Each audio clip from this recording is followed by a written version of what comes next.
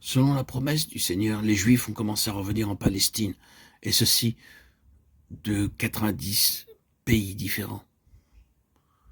Au cours de la Deuxième Guerre mondiale, Hitler tua plus de 6 millions de Juifs. De nos jours, des milliers d'arbres ont été plantés en Palestine en mémoire des 6 millions de Juifs tués. Ainsi, les promesses de Dieu du verset 13, Ésaïe 55, 11 à 13, s'accompliront littéralement. Ainsi en est-il de ma parole qui sort de ma bouche, elle ne retourne point à moi sans effet, sans avoir exécuté ma volonté et accompli mes desseins. Oui, vous sortirez avec joie et vous serez conduits en paix. Les montagnes et les collines éclateront d'allégresse devant vous, et tous les arbres de la campagne battront des mains. Au lieu de l'épine s'élèvera le cyprès, au lieu de la ronce croîtra la myrrhe, et ce sera pour l'Éternel une gloire, un monument perpétuel, impérissable. La Palestine était stérile et le pays était plein de buissons, d'épines et de ronces. Mais les Juifs qui sont retournés en Palestine, des pays d'où ils avaient été dispersés, ont déjà planté 4 millions d'arbres, sans compter les myrrhes et les figuiers.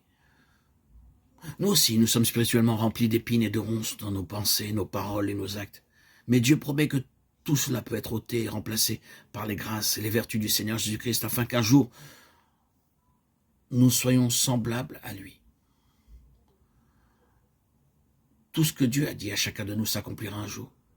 Si vous avez reçu la parole de Dieu par la foi, bien que cela prenne plusieurs années à s'accomplir, cependant un jour elle portera du fruit. Lorsque nous recevons la parole de Dieu par la foi, non seulement nous nous réjouissons, mais nous sommes rendus capables de partager cette joie avec les autres. Nous sortons avec joie à cause de la parole que nous avons reçue. Nous apportons cette même parole à ceux qui sont rejetés ou découragés. Nous leur disons, lorsque j'étais découragé, le Seigneur me parla par ces quelques paroles et j'en fus fortifié et encouragé. Ainsi, où que nous allions, nous répandrons la joie et le bonheur que Dieu nous a donné. Beaucoup d'âmes seront amenées au Seigneur. Que l'étranger qui s'attache à l'Éternel ne dise pas l'Éternel me séparera de son peuple, et que l'eunuque ne dise pas voici, je suis un arbre sec. Car ainsi parle l'Éternel.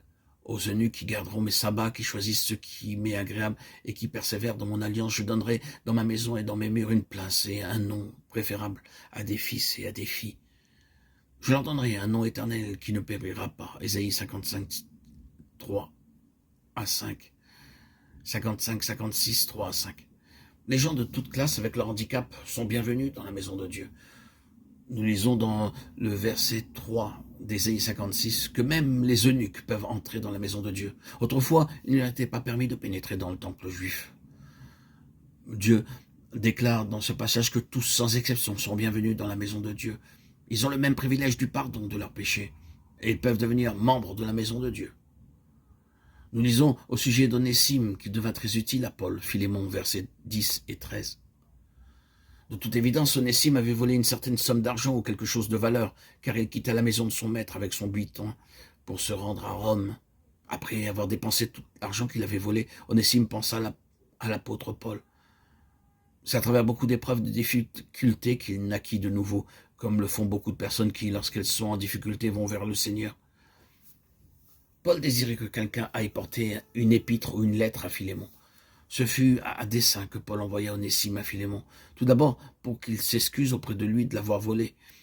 Il désirait aussi qu'Onésime soit reçu par Philémon comme l'aurait été Paul. Dans la maison de Dieu, beaucoup peuvent être changés comme Onésime, dont la vie pécheresse et honteuse fut changée en une vie d'une pleine compréhension de la volonté et du dessein de Dieu. Par tout le monde, Dieu a choisi des hommes rejetés, des meurtriers et des voleurs, qui devinrent pour finir de grands hommes de Dieu. Le Seigneur peut choisir de tels êtres humains et les transformer en saints de Dieu.